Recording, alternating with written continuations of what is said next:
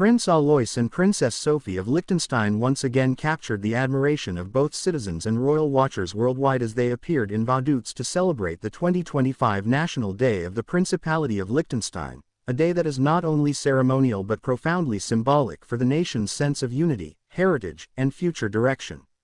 Their presence on this most important of days was not simply a matter of royal duty, but a reflection of the profound bond between the ruling family and the people they serve, and it was in this context that every step, every gesture, and every word spoken by the princely couple carried a weight that extended far beyond the borders of the small Alpine state. Standing before the heart of Vaduz, the capital city draped in flags and the atmosphere alive with the sound of bells, music, and cheers, Prince Alois and Princess Sophie emerged with the quiet dignity and understated glamour that has come to define their public image. As the heir apparent to the throne, Prince Alois, with his steady composure and refined bearing, projected a sense of stability and continuity, while Princess Sophie, elegant yet approachable, radiated warmth that drew spontaneous affection from the gathered crowds. Their arrival was marked by a ripple of excitement across the square, with people of all ages lifting their cameras and phones to capture the moment, their faces illuminated by both the summer sun and the shared joy of the occasion.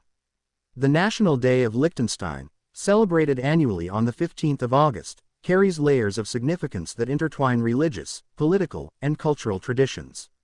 It is a day when the small principality, nestled between Austria and Switzerland, stands tall on the international stage to reaffirm its identity and unity. The involvement of the princely family in the festivities is not a matter of mere formality, but an embodiment of the living link between the monarchy and its people, a bond that has remained remarkably strong even in an era when monarchies around the world are often challenged or redefined. The role of Prince Alois in this year's ceremony carried a particular resonance, as his steady stewardship in representing his father, Prince Hans Adam II, has increasingly placed him at the forefront of the principality's public and political life. His speech on National Day is always anticipated as a barometer of the country's vision, challenges, and opportunities, and this year was no exception. The prince's words, measured yet firm, echoed across the square, addressing the pressing issues of modern governance, economic resilience, and the enduring values of tradition that Liechtenstein continues to uphold with quiet pride. Standing beside him, Princess Sophie exuded an aura of both grace and confidence, dressed impeccably in attire that struck the perfect balance between national symbolism and European royal elegance. Her style, though often understated, speaks volumes about her role as consort, dignified, modern, and attuned to the sensibilities of the people she represents.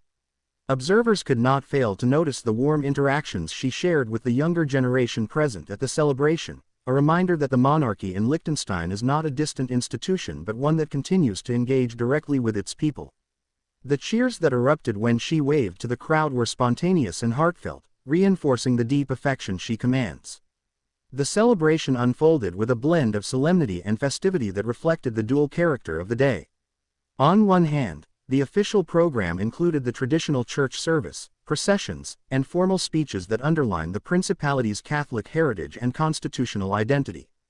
On the other hand, the streets of Vaduz were alive with music, parades, and community gatherings, transforming the city into a living festival of color, joy, and collective pride. In every corner of the capital, the presence of the royal couple was felt, as though their appearance served as the heartbeat around which the day's events revolved. Citizens and visitors alike spoke of the emotional significance of seeing their future sovereign and his consort embody the spirit of national unity, particularly at a time when Europe and the world face uncertainties that remind smaller nations of the value of resilience and cohesion. As the hours passed and the celebrations continued, Prince Alois and Princess Sophie engaged with citizens in ways that went beyond the ceremonial. They were seen walking among groups of families, greeting children, and acknowledging elderly citizens with gestures of respect and kindness. Each of these moments was not just a royal appearance but a reaffirmation of the living contract between the monarchy and the people. Unlike the grandeur of larger monarchies, where barriers often separate royals from the crowd, in Liechtenstein the intimacy of the setting allows for a more direct connection, one that strengthens the authenticity of the bond between ruler and ruled. The quiet dignity with which Prince Alois carried himself, paired with the warmth of Princess Sophie, provided a compelling visual narrative of continuity and renewal. Observers and analysts have noted that in recent years, the visibility of the princely family has taken on even greater significance. As Prince Hans Adam II has stepped back from many official duties, Prince Alois has increasingly become the face of the principality, shaping both its domestic and international profile. His appearance on National Day therefore resonates not only as a ceremonial duty but as a signal of his central role in guiding the nation's path forward. The themes of his speech reflected both confidence in Liechtenstein's achievements and awareness of the challenges posed by globalization, economic shifts, and regional politics. His words underscored the need for resilience, adaptability, and unity, values that are as relevant to a small alpine state as they are to larger nations. Throughout the day, cameras from across Europe captured the moments of the princely couple's participation, broadcasting the images of Vaduz's celebration to audiences far beyond Liechtenstein's borders. For many international viewers, the sight of a small but proud nation celebrating with such unity and tradition served as a refreshing reminder of the enduring role of monarchy in anchoring national identity. Commentators praised not only the elegance of the celebration but also the symbolic power of Prince Alois and Princess Sophie's presence, which seemed to embody the balance of modernity and tradition that is increasingly rare in today's shifting political landscape. As the evening drew closer and the celebrations reached their peak with music, fireworks, and communal festivities, the princely couple continued to shine as the central figures of the day. Their presence did not fade with the setting sun but seemed to grow more luminous as the night sky lit up above Vaduz, reflecting the spirit of unity and pride that had defined the entire day.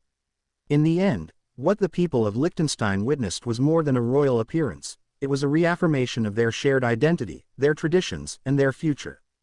Prince Alois and Princess Sophie were not just participants in the National Day of 2025, they were the living symbols of the nation's continuity and hope. And so the celebrations of National Day in Vaduz left behind not only memories but a powerful reminder of what monarchy can represent when it is anchored in genuine service, respect, and connection with the people. For Liechtenstein, a principality often overshadowed by larger nations, the day stood as a declaration that even the smallest of states can embody traditions that resonate on a grand scale. As the fireworks faded and the crowds dispersed, one question lingered in the hearts of many observers. In an era when so many monarchies struggled to maintain relevance, could it be that Liechtenstein, through the example of Prince Alois and Princess Sophie, is quietly offering a model of how monarchy can thrive in the modern world?